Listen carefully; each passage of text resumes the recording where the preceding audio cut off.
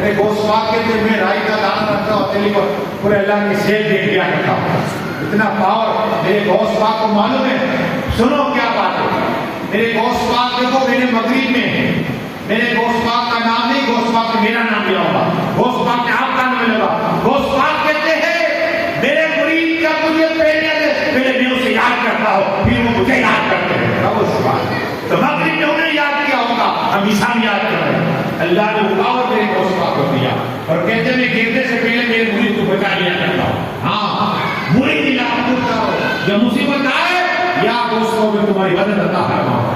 ارے محبوب صاحب کی بات کروں پڑھیے درود شریف اللہ ہوگا کیا ہے میں سمجھے میں جاؤ. محبوب صاحب بابا کیا ہے سنو.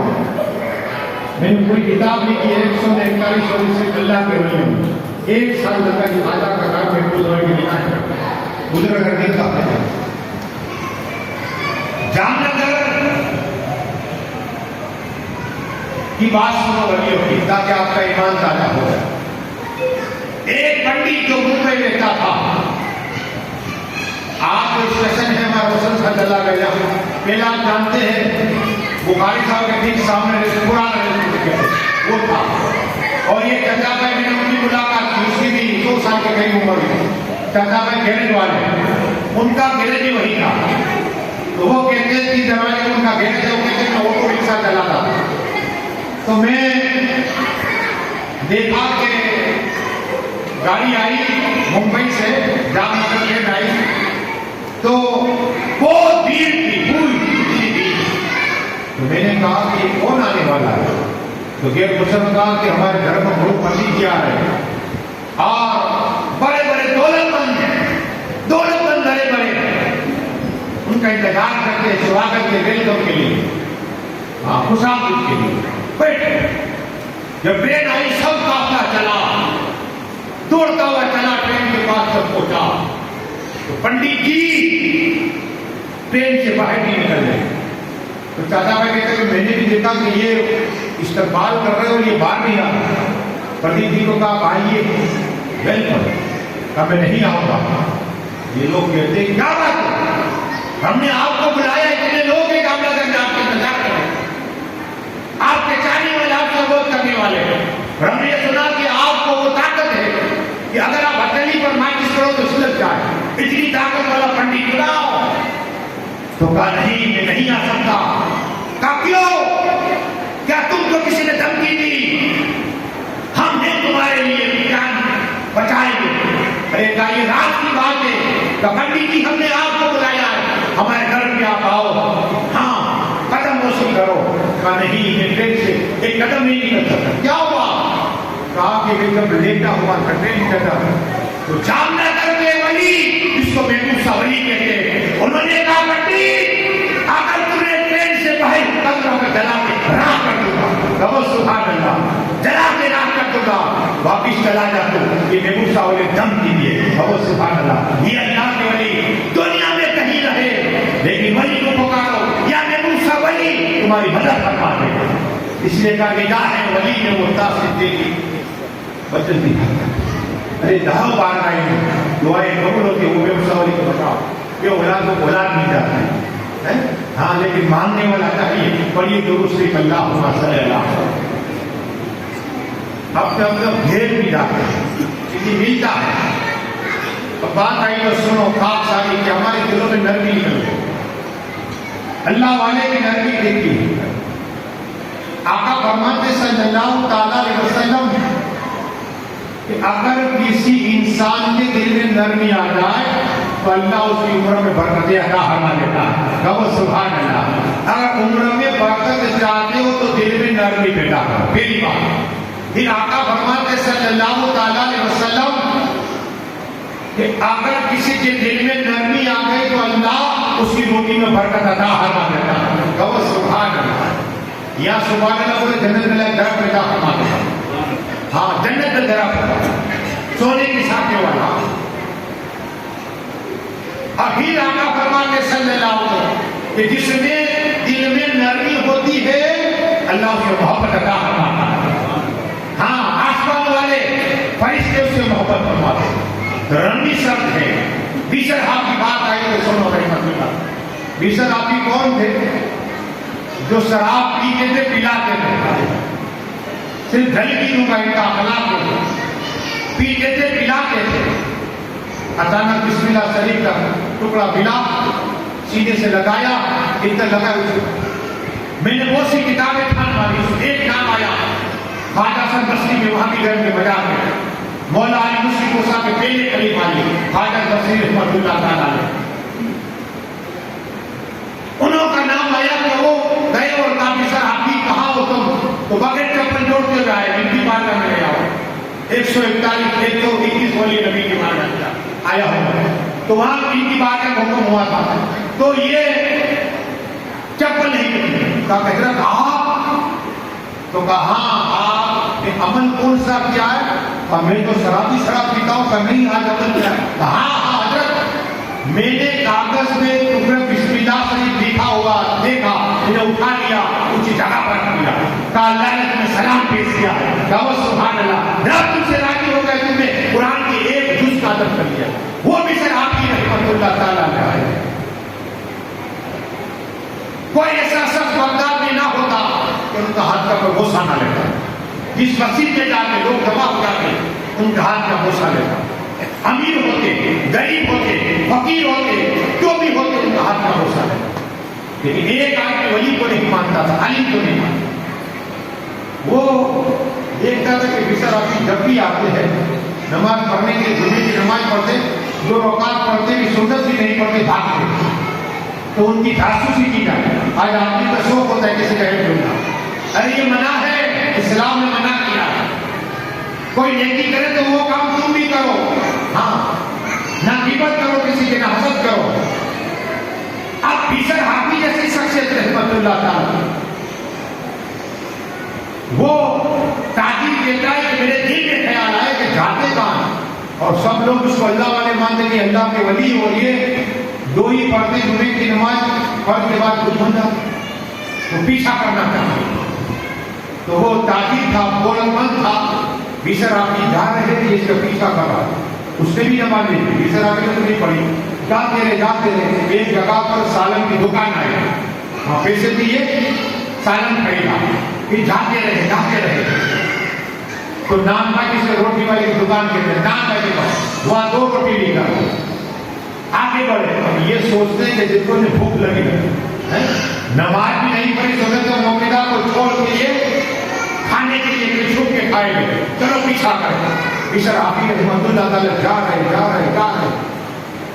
ایک جگہ پر گئے جب مکان تھا، کمرہ بند تھا، بیسر آپی رحمت اللہ تو اس کمرے کو کھولا، اندر گئے، وہ شخص کو تاجر تھا وہ بھی دیکھا، تو ایک شخص جس کے ہاتھ نہیں، آنکھ نہیں، پیر نہیں، وہ شخص تو دوری کھڑا ہے، بیسر حافظ رحمت اللہ تعالیٰ نے گئے، روٹی لی، سالن دیا، اس اندھے نابینا آدمی کو منہ میں ڈال دیا، کہا سبحان اللہ، یہ عمل دیکھا، اور کیا کہتے سنو، بیسر حافظ آدمی سے معافی طلب کر دے، کہا کہ مجھے معاف کر دو، آج جمعہ تھا، دیر ہو گئی، کہا سبحان اللہ، آج جمعہ تھا، دیر ہو گئی، میں نے سنت نہیں پڑھی، ابھی سنت موقع نہیں پڑھی، مجھے معاف کر دو، اس اندھے سے معافی مانگتے، عطا کرتے کہ شکریہ کرنا دے، لیکن یہاں حال یہ ہے، وہ تاجر دیکھ رہا تھا، آیا قریب قدموں میں گرا،